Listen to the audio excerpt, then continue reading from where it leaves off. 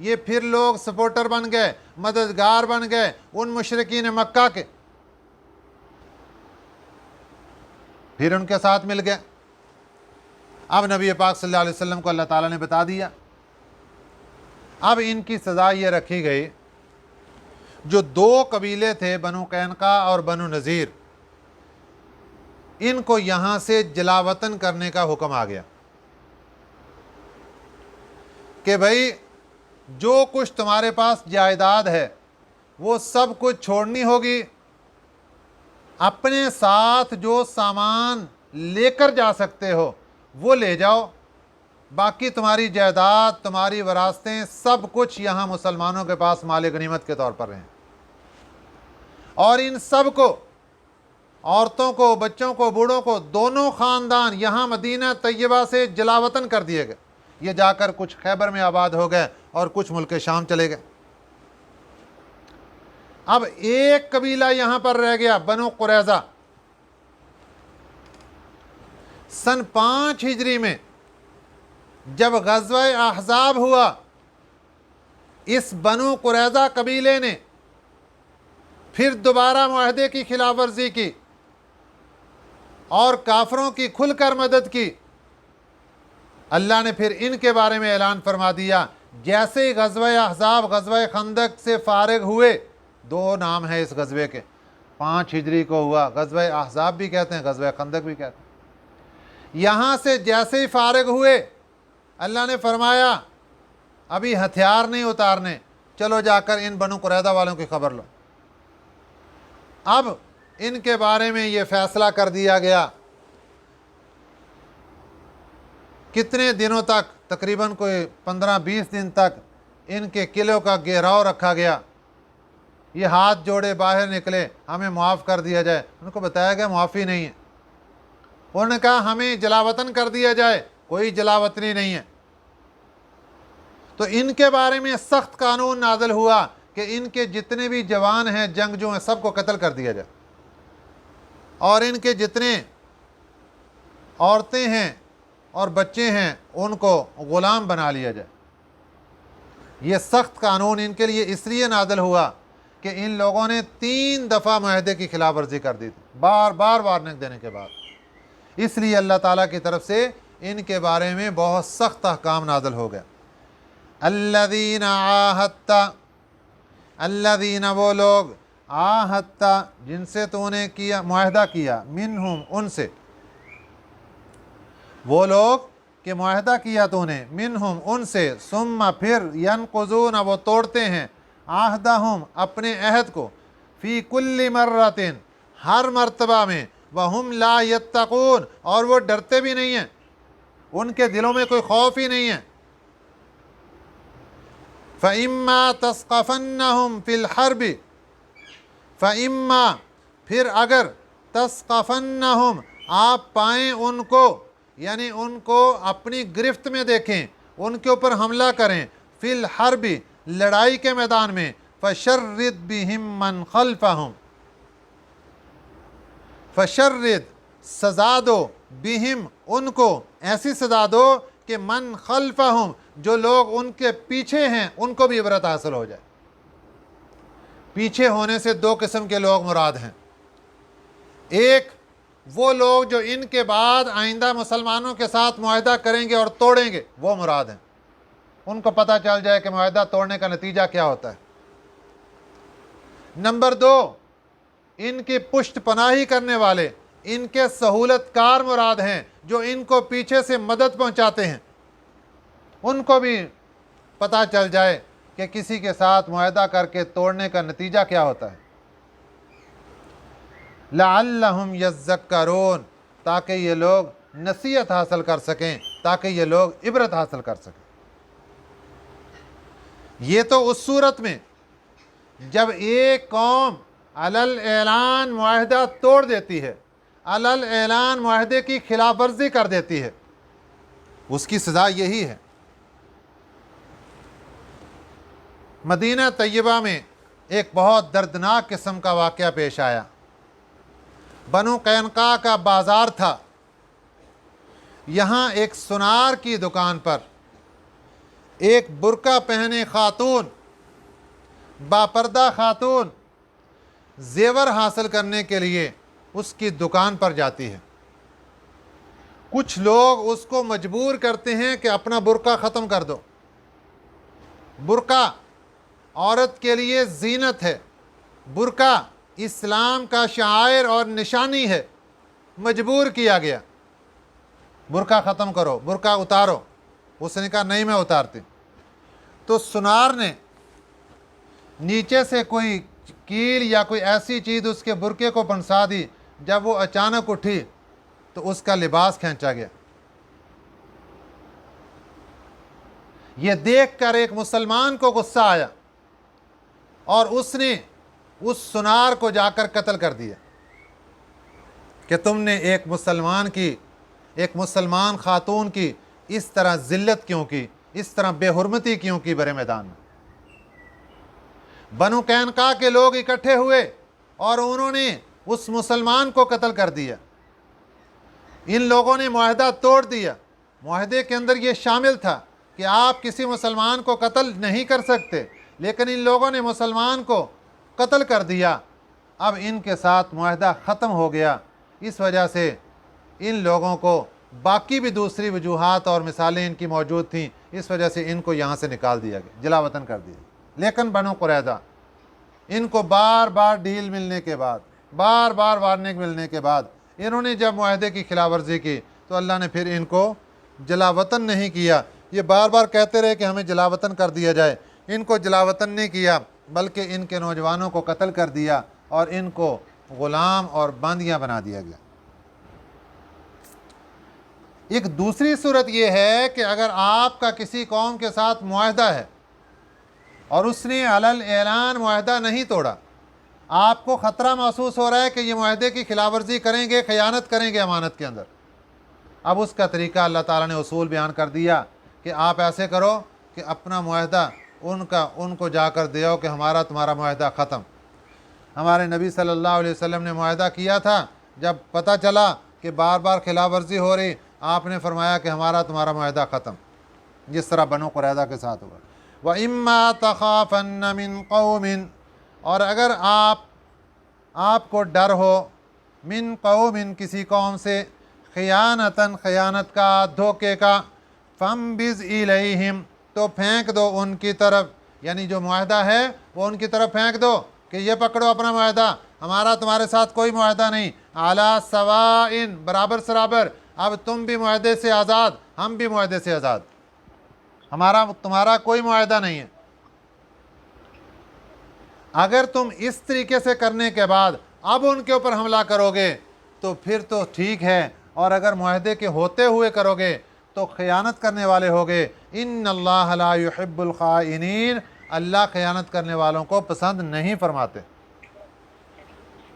اللہ خیانت کرنے والوں کو پسند نہیں فرماتے۔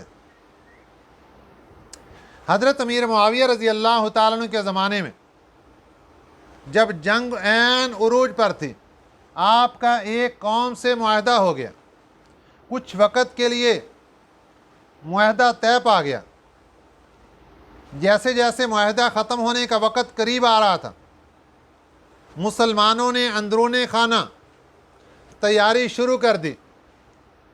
اور فوجیں لے جا کر ان کے عین بارڈر اور محاذ پر کھڑی کر دیں کہ جیسے ہی معاہدے کا وقت ختم ہو فوراً ان کے اوپر چڑھائی کریں گے اور کر کے یہ سارے علاقے ان سے فتح کر لیں۔ ایک صحابی ہیں حضرت عامر بن عنبسہ رضی اللہ تعالی عنہ، وہ تشریف لائے اور انہوں نے آ کر حضرت امیر معاویہ رضی اللہ تعالی عنہ کو آپ صلی اللہ علیہ وسلم کا ارشاد بتایا کہ یہ دھوکہ ہے جو آپ کر رہے ہیں، جب معاہدہ ہے تو آپ اندرون خانہ بھی فوجی حرکت ان کے خلاف نہیں کر سکتے،